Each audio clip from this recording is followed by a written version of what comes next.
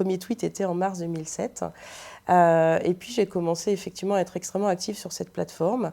Et j'ai eu la chance d'être identifiée, repérée, on va dire, par un monsieur que j'avais également vu en conférence à AdEdge, qui est aujourd'hui mon PDG, voilà, donc c'est Robin Grant, qui à l'époque m'a envoyé un petit DM en me disant je monte une boîte, ça te dirait de prendre un café.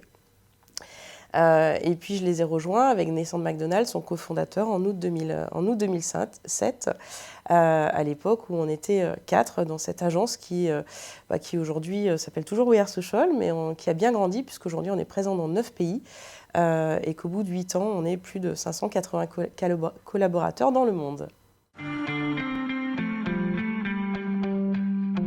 Je suis une vieille de la vieille sur Twitter, parce que ça fait 9 ans que j'y suis, donc pour moi c'est assez naturel. Au tout début, j'ai énormément utilisé Twitter pour finalement identifier des potentiels collaborateurs. Donc nombreux sont mes collaborateurs que j'ai trouvés sur Twitter. On va dire que mon usage a changé, mais comme beaucoup d'entre nous, j'étais beaucoup dans la conversation au tout départ. Bon, aujourd'hui, ayant un peu moins de temps, je fais beaucoup de veille, de la veille sur des sujets principalement digitaux, que ce soit de la transformation digitale ou finalement l'évolution des réseaux sociaux, mais également les séries télé qui sont une de mes grandes passions. Voilà, donc je tweete beaucoup, pas beaucoup, ça dépend des jours. Là, j'ai fait un petit point, j'ai regardé, j'ai tweeté 15 000 fois en 9 ans, donc c'est à peu près 5 fois par jour, mais il y a des fois où je suis beaucoup plus active. Voilà, souvent dans mon Uber, au réveil aussi beaucoup. Oui, je pense que conseil à un dirigeant, c'est vraiment de tester. C'est vrai que les réseaux sociaux voilà, changent, évoluent tous les jours. Aujourd'hui, Twitter fait partie de notre quotidien depuis une dizaine d'années et je pense qu'il faut absolument y être pour comprendre les usages, pour comprendre la grammaire de Twitter. C'est un élément clé de la communication d'une entreprise. Je prends voilà, tout le monde aujourd'hui, en tout cas les gros groupes parlent de transformation digitale. Et je pense que c'est important pour comprendre cette transformation digitale d'être là où les clients et même les prospects sont. Et je prends l'exemple d'un groupe comme AXA qui effectivement est au cœur de cette transformation digitale. Et pour moi, c'est un benchmark parce que tout leur comité de direction prend part de façon active à Twitter. Et du coup, on se dit qu'effectivement, chez AXA, ils ont compris en fait ces nouveaux usages. Au-delà du fait que j'ai effectivement recruté un certain nombre de mes collaborateurs sur Twitter, c'est vrai que Twitter est un outil du quotidien à l'agence. À la fois effectivement mes collaborateurs qui sont à 100% sur Twitter, alors on ne les force pas, mais il se trouve que ça fait partie de leurs usages et c'est vrai que c'est important pour nous. Mais effectivement, en tant qu'agence, on communique également sur Twitter. On a à peu près 30 000 followers sur Twitter. Et la façon dont on utilise Twitter, c'est vraiment la vitrine de l'agence. On a on va dire une ligne éditoriale qui est, on va pas dire sérieuse, mais qui est quand même plutôt sur on va montrer l'évolution des usages numériques. On fait on a une revue hebdomadaire qui s'appelle la Revue du lundi, qui est une veille collaborative entre les 600 collaborateurs de l'agence au niveau mondial. Et tous les lundis, dans tous les pays de We Are Social, on va publier les 15-20 meilleurs articles qui montrent un peu l'évolution de nos usages, des statistiques des réseaux sociaux. Et c'est vrai que c'est relayé par Twitter et c'est énormément repris par la communauté.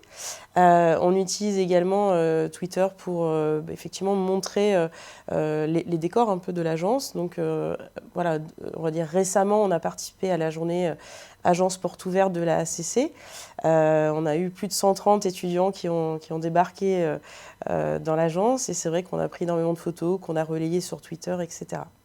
Et au-delà de on va dire de ce bon sens, parce qu'ils l'utilisent au quotidien, on a eu la chance de faire partie d'une des premières agences qui a été certifiée par la Twitter Flight School. Donc on a eu effectivement 15 collaborateurs qui ont passé un diplôme avec Twitter et qui ont été certifiés de façon professionnelle par Twitter. Donc on a effectivement tous nos collaborateurs qui sont principalement des équipes conseils, mais aussi nos créatifs. Et puis on a une équipe média dédiée qui est là pour amplifier les conversations qu'on peut générer pour nos clients sur Twitter. Twitter fait partie intégrante de la vie de l'agence et aussi de son succès. Et une des premières très belles campagnes qu'on a fait il y a quelques années en France, au tout début de l'agence française, c'était une campagne qui s'appelait Tweet and Shoot pour BNP Paribas, qui fêtait son anniversaire de partenariat avec Roland-Garros, puisque BNP Paribas est le plus gros sponsor de tennis au monde. Nous avons permis à tous les utilisateurs de Twitter d'entraîner en temps réel Jo-Wilfried Tsonga depuis son ordinateur, en choisissant où on voulait lancer la balle, quel effet on voulait donner à la balle. Ceci générait un code Twitter qui envoyait la balle en temps réel à Jo-Wilfried Tsonga. On est sur de la conversation. Donc on travaille par exemple avec Buitoni, qui est une des marques les plus connues des Français et qui pourtant, on va dire, a un déficit d'attribution, puisque Buitoni, dans l'histoire des Français, ce sont des sauces d'accompagnement. Et aujourd'hui, Buitoni en France, ce ne sont que des pizzas. Ils nous ont contactés il y a quelques années en demandant comment est-ce qu'ils pouvaient augmenter l'attribution Buitoni égale pizza. Et finalement, on les a mis sur Twitter parce qu'aujourd'hui, la pizza fait partie des sujets de conversation des plus gros sujets de conversation sur Twitter. La pizza est un emoji, la pizza est on va dire, un état d'esprit.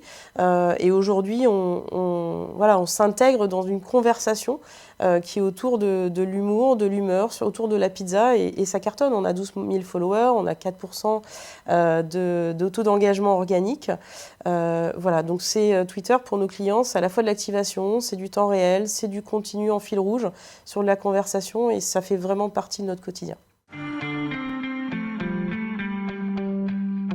Pourquoi est-ce qu'une marque doit être sur Twitter ? Alors les réponses sont multiples, il y en a énormément, ça va dépendre des ambitions de la marque, de ses objectifs. Mais c'est vrai qu'aujourd'hui, à la fois Twitter offre une palette créative qui est assez large, que ce soit des scratch reels, les gifs aujourd'hui, mais Periscope si on élargit au temps réel. Et puis effectivement, aujourd'hui on sait que quand on est sur du temps réel, on est aussi sur du service client. Donc on accompagne par exemple des clients, nous, comme la Banque Postale, pour qui on fait de l'écoute et de la réponse en temps réel sur Twitter. Et puis pour d'autres clients, on va plutôt être sur des formats créatifs. Aujourd'hui, on voit que effectivement Periscope est en train de cartonner. Ça peut être une façon de faire découvrir les coulisses d'une entreprise, d'humaniser aussi une entreprise. Voilà, donc les possibilités sont larges. Encore faut-il répondre effectivement aux objectifs de la marque. Je pense que les tendances 2016, c'est on arrive à une certaine maturité quand même sur les réseaux sociaux. Aujourd'hui, on a des annonceurs qui sont extrêmement exigeants quant à leurs attentes de leur présence sur les réseaux sociaux. Et donc on parle beaucoup de ROI. Ce sont des outils. Nous sommes en train de mettre en place à l'agence depuis 1 an et demi de véritables outils de tracking du ROI. Quel est l'impact de nos actions social media sur la marque, et pas juste en termes d'engagement, mais quel est l'impact véritable sur la marque. Donc ça, c'est des choses qu'on met en place depuis 1 an et demi.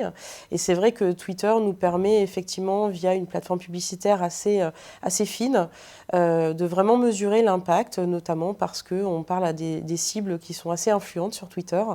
Donc c'est 2016, tendance, c'est impact sur la marque de nos actions sur les réseaux sociaux. Bien sûr, celui de We Are Social France. Mais 2 comptes en fait qui sont liés à mes clients, mais des comptes avec lesquels je ne travaille pas du tout, qui sont dans la prospective.